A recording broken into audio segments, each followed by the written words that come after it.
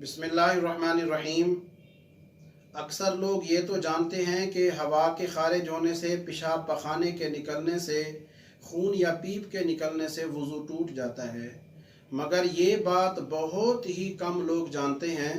कि आशोब चश्म की वजह से आँखों से जो पानी निकलता है उस पानी से भी वज़ू टूट जाता है। क्योंकि आम हालत में आँखों से जो आंसू निकलते हैं उसमें और आशोब चश्म की वजह से जो पानी निकलता है उसमें बहुत फ़र्क है। आम हालत में जो पानी निकलता है वो पाक होता है, मगर आशोब चश्म की वजह से जो पानी निकलता है वो नापाक होता है, क्योंकि वो आँखों में मौजूद छोटे छोटे ज़ख्मों से रिसने वाला पीप होता है, उसकी वजह से वज़ू टूट जाता है। ज़िमनन मैं यहाँ ये मसला भी बयान करता चलूँ कि अगर आशोब चश्म की वजह से निकलने वाला पानी वक्फे वक्फे से आ रहा है, आपको इतनी मोहलत मिल जाती है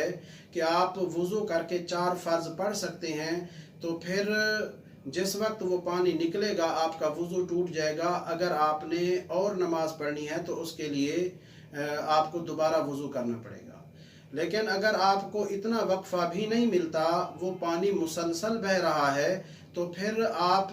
शरई एतबार से माज़ूर हैं और आपको शरीयत की तरफ से ये रुख्सत है कि आप वज़ू करके उस वज़ू से एक नमाज पढ़ सकते हैं। बेशक वो पानी निकलता रहे, मुसलसल बहता रहे, उससे फिर आपको ये रुख्सत होगी माज़ूरी की वजह से कि आप वज़ू करके एक नमाज पढ़ सकते हैं। अल्लाह रब्बुल इज़्ज़त हम सब को मसाइल दीनिया सीखने की, उन पर अमल करने की तौफीक अता